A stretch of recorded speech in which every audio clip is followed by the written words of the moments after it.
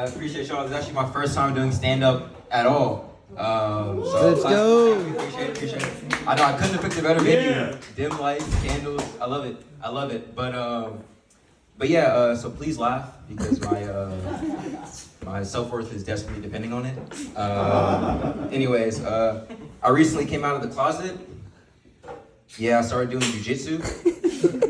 For 3 days a week, I just wrestle sweaty dudes for an hour. It's quite erotic. Anybody got tattoos? Yeah. Kobe, well, yeah. I only think you should get tattoos if it's something meaningful. Otherwise, you're just drawing on yourself, you know? Like, I got a tattoo of a dagger. It's for my mom. She was stabbed.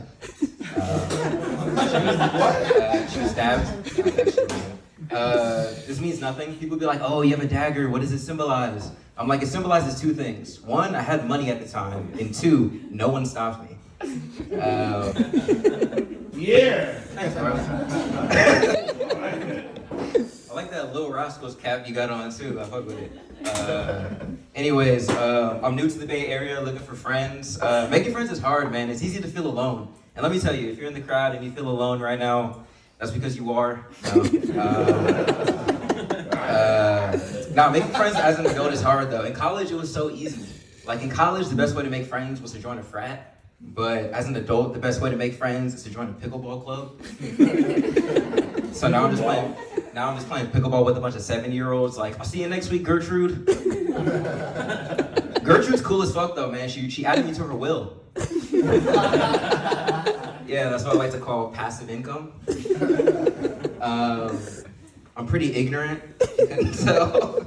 I was at a bar with a friend. The bartender came up to us and my friend goes, yeah, I'll have a negroni. And I was like, what'd you call me? I didn't know it was a drink. Negroni sounds like a slur though. She was like, no, there's also a drink called a white negroni. I was like, oh, at Tiger Woods. Yeah! Got it! I got last place in my fantasy football league. That sucked. You guys know how fantasy football works, right? Like you draft players, assemble your roster, you play a new team each week, you make trades. Like, oh, I'll trade you Patrick Mahomes for 3 of your players. Some guy's like, 3? Mahomes is good, but he's not that good. And obviously the NFL is predominantly black, so I couldn't help but think, this is bad. But you think that's how slave masters used to trade their slaves back in the day? Like, could you imagine how that conversation went down? Like, I can. Like, we're just in the 1800s, 2 dudes are talking. Like, I'll give you my finest Negro for 3 of yours. Wait, white people, why are y'all laughing? No, I'm kidding. Nah, it's like 3. Your Negro is good, but he's not that good.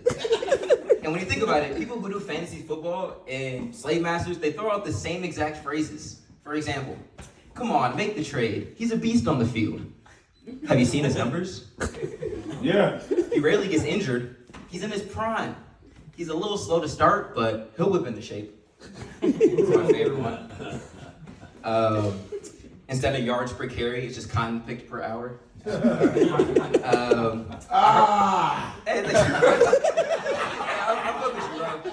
but I heard when the slaves first found out they were free, they just spiked the ball of cotton on the ground, like, freedom. They just start hitting the gritty on the field. If you think about it, Juneteenth was our Super Bowl. All right, that's all I got. Thank y'all.